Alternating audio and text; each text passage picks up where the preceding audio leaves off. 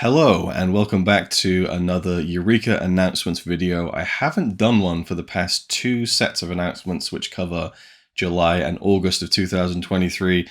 Just been busy, doing the reviews for the new releases and stuff and just life in general. So I didn't get around to doing videos for those, but this one I had to talk about because it's a very special announcement for September 2023.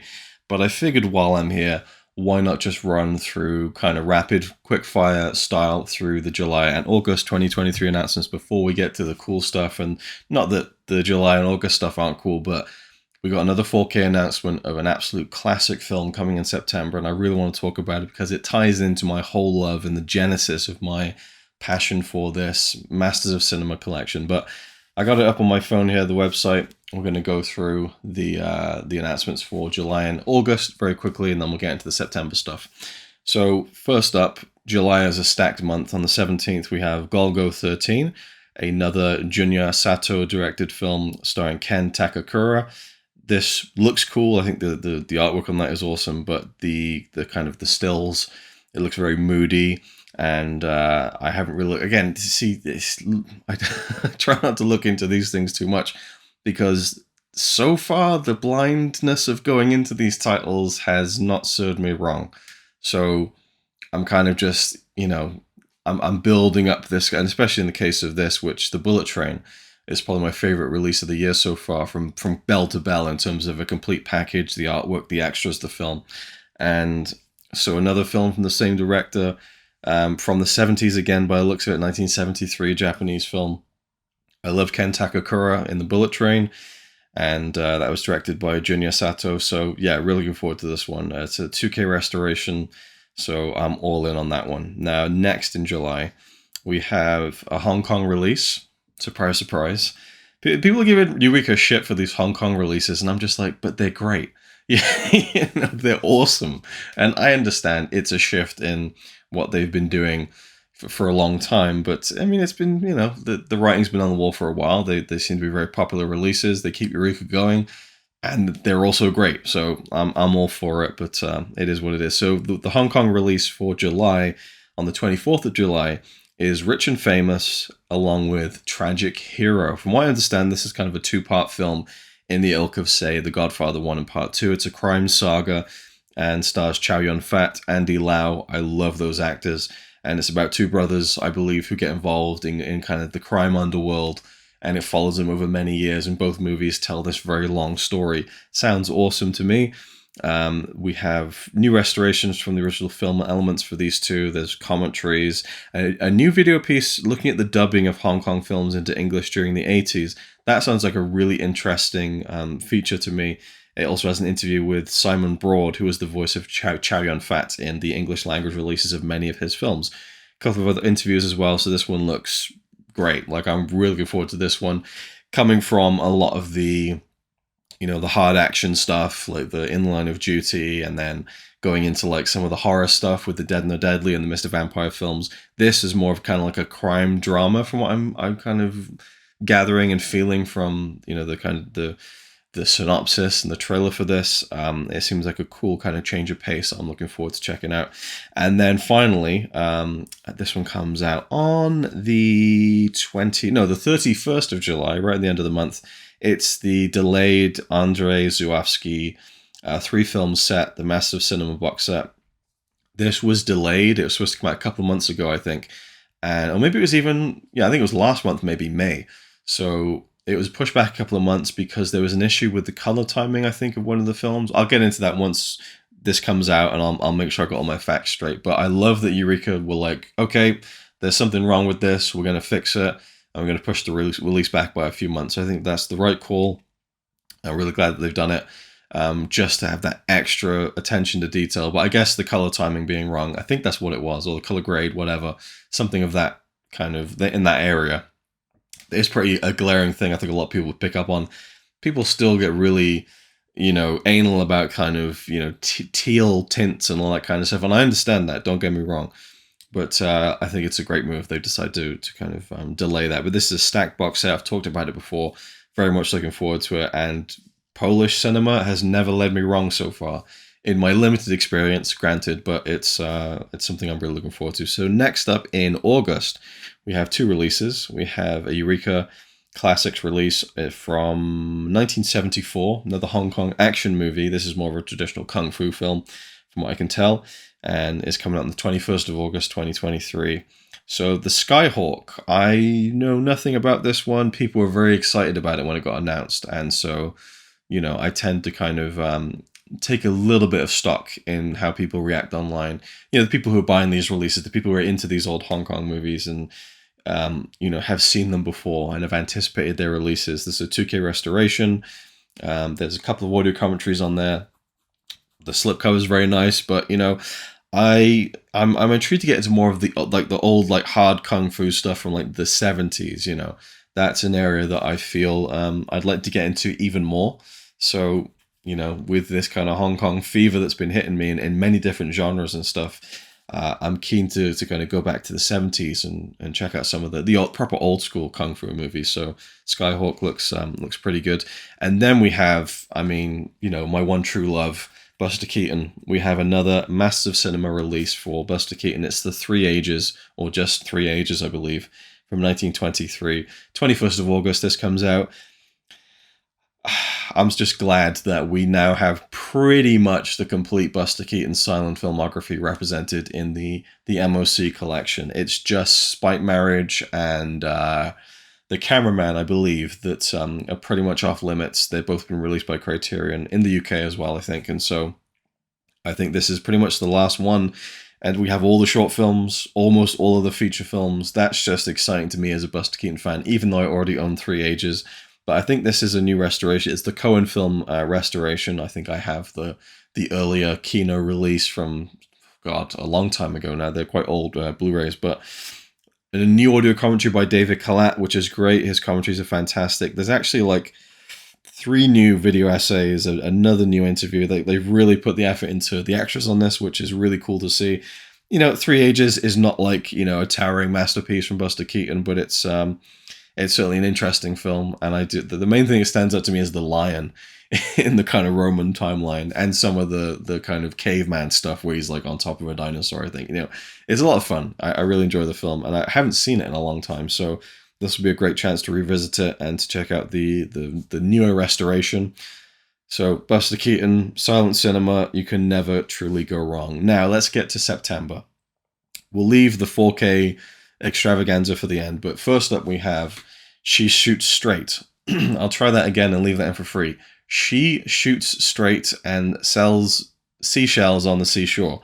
So this is seems like a girls with guns type movie. I watched the trailer because I don't recognize any of the actors. It says there's a special appearance by Sammo Hung, but you know, he's not really a main character, so not much to go off of. But the trailer, this film looks fucking fun. Like I really like the look of the trailer. Whoever cut the trailer as well did a really good job. Some of the action beats and stuff. This looks badass. You know, it's a female cop and married her supervisor and and there's lots of action. You know, Yuan Hua's in this. I need to see more of him. I think I get a feeling out of that. And this was also directed by Corey Yuen, who did Yes, Madam, which is fantastic. So the usual audio commentaries, which I love, from Frank Jiang, Mike Leader, Anna Venema, and a 2K restoration of the Hong Kong theatrical cut of the movie. Yeah, I'm all in on this Hong Kong stuff, and they just do action like no one else. So the trailer really beefed up my excitement for that, I have to say. Now this one's interesting. It feels like we haven't had like a Hollywood movie for quite a while, like at least, you know, a more recent one, and this is Valley Girl from 1983. This is kind of a 40th anniversary limited edition deluxe set. And people have kind of balked at the price on this one, and it's more of a beefier package. It's a hard box set, but if you look at the extras, I mean, number one, there's a 4K scan restoration on the film, and you know, the film itself is about this kind of punk played by Nicolas Cage, apparently in his first major starring role, and a Valley Girl, you know, and just kind of this, you know, star-crossed lovers kind of thing. But it's an 80s movie. I've never seen it. I checked the trailer out. It seems like my kind of shit. I love American 80s movies, and this is one I'd never even heard of. And so Nicolas Cage, I'm also quite a fan of. I'm not a huge Nicolas Cage fan like a lot of people, but Yeah, I'm intrigued to check this one out. But the extras, I mean, there's a new audio commentary on there. There's an archival commentary with the director. There's new interviews with a couple of the actresses who were in the film: Deborah Foreman, Colleen Camp. There's a 2018 interview with the director and some of the actresses from the film. There's an interview with Nicolas Cage and the director. And then they say there's a huge selection of archival interviews with cast and crew, totaling over 3 hours. Now, I'm assuming this is all like standard def stuff, probably from like DVD releases, but outside of everything else, there's also like over 3 hours of archival stuff. Then there's a 2003 featurette. Then there's a featurette on the music. There's music videos, storyboard comparisons, the original theatrical trailer, collector's booklet. I mean, it's a massively stacked set. I think that's probably worth the money. Like, I guess you'd have to be a fan of the film. So I understand some of the maybe criticisms or apprehension over the price, but it's packed. Like, it really is packed in with stuff. With just 3 hours alone on that one section, I mean, you're looking at a lot of special features. So it's pretty cool. Again, it's one that I've never seen or heard of, but I think that artwork on the front is gorgeous, really, really cool, and it's a film I've never seen in a kind of genre. I don't know if you really call it a genre, the American 80s movie, teen movie, perhaps, maybe. But yeah, something about it that is a genre I always gravitate towards. A lot of John Hughes movies and of that ilk that, I don't know, there's something about that time period. Much like as I've been talking about in recent reviews of like, there's something about Hong Kong in the 1980s that just looks so great on film. There's something about America in the 80s that just, there's a feel to it that's different, and I like that. But the big main event, which is coming out on the 25th of September. Did I mention the other release dates? I don't think I did. That's going to bug me. So just for housekeeping's sake, we're going to go back and we're going to do the release dates. 18th of September for She Shoots Straight. And for Valley Girl, that one is coming out on the 18th of September as well. And then 25th of September for the big one, Touch of Evil in 4K. I mean, it's a classic movie. Orson Welles, rightfully lauded as one of the best film noir movies, I think. It's dark, it's gritty, opens with a bang, quite literally. You've got Charlton Heston, Orson Welles, you've got Janet Leigh, and what is that amazing actress who's also in it? Oh man, that's gonna kill me. Is it here so I can save myself without looking it up? Marlene Dietrich, and when I first watched Touch of Evil, I didn't know who Marlene Dietrich was, and then I watched like Blue Angel and Shanghai Express, and I was like, oh my god, it was Marlene Dietrich in Touch of Evil. So I haven't gone back to it since then. But I remember her being a very memorable part towards the end of the film. But this is like, there's a lot of history around this movie, and there's many different versions of it. So this is a 4K release. And I said on Twitter, Eureka, they rarely do 4K releases, but when they do, it's an impactful one. And it's been a while since the last one, Dr. Caligari, from, I think it was December last year, which was an amazing release. And then before that, it was the Police Story trilogy. So they're not just throwing out 4K releases any which way but loose, but they're doing it in kind of places that really make sense, I think, and are kind of prestige titles.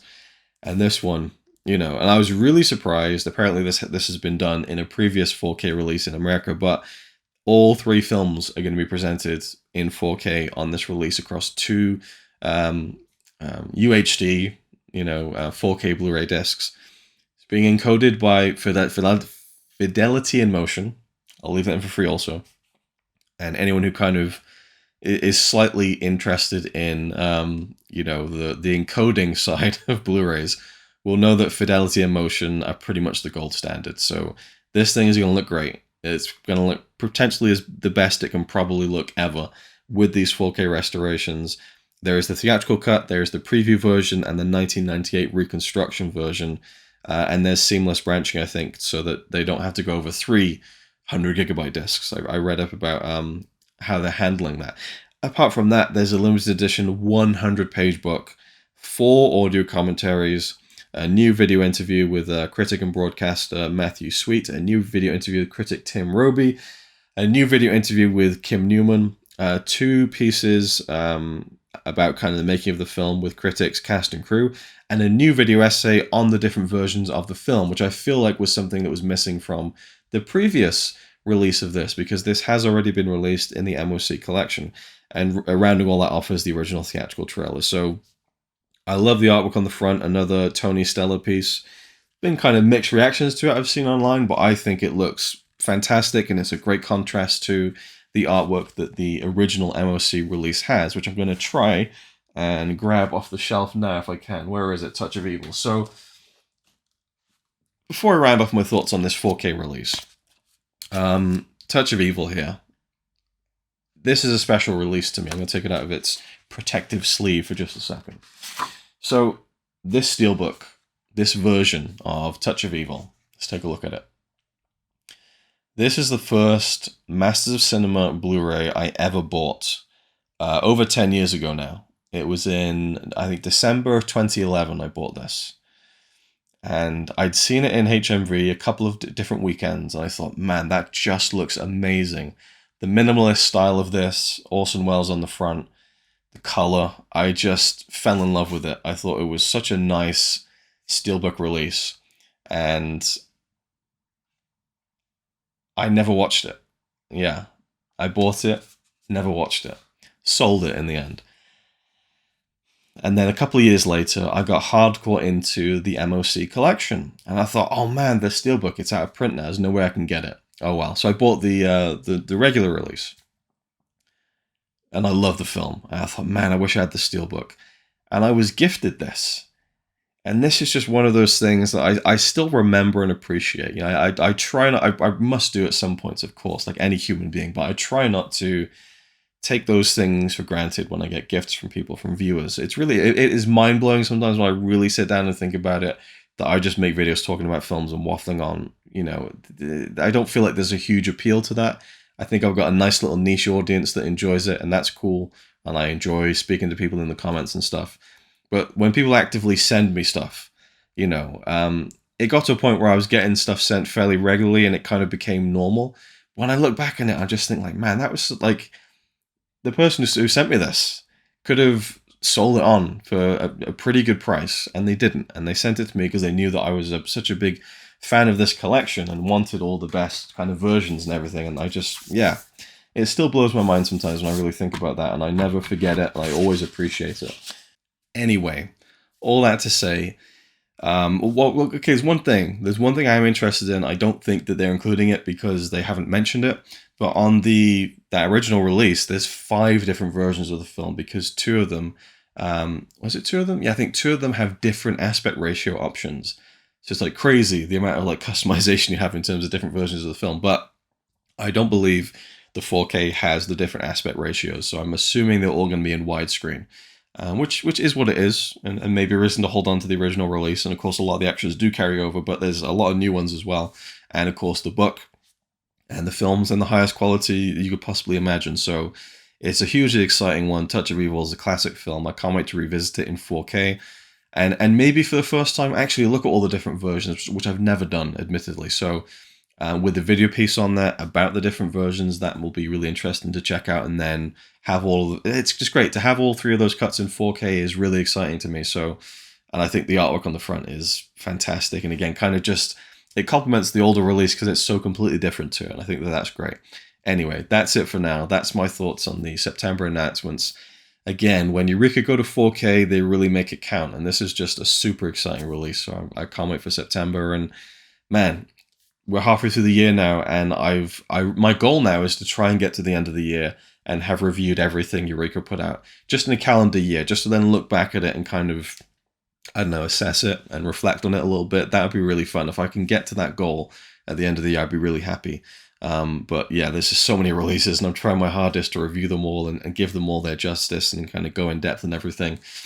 Time is scarce, but I'm loving doing it. And thank you to the people who are watching those reviews. I really appreciate it. Even if you don't comment, it's a labor of love for me at this point, because I'm really enjoying putting the extra time into those reviews. And from this company, who I've been a big fan of probably since about 2013, 2014, when I really seriously started collecting the MOC range. And yeah, so to do this now and to really focus on them and the new releases and keep on top of them is hard work, but it's a lot of fun, and I'm really enjoying it. And just on this slate of the next 3 months, I'm really excited about all of these releases, It's a really good time to be a physical media fan. And looking at the state of streaming right now and how the bottom seems to be falling out of it a little bit and things are getting deleted left, right, and center, I think now more than ever, we need to really appreciate, cherish, and support physical media. So anyway, I'll leave it there for now. Thank you for watching. Hope you enjoyed, and I'll see you in the next video.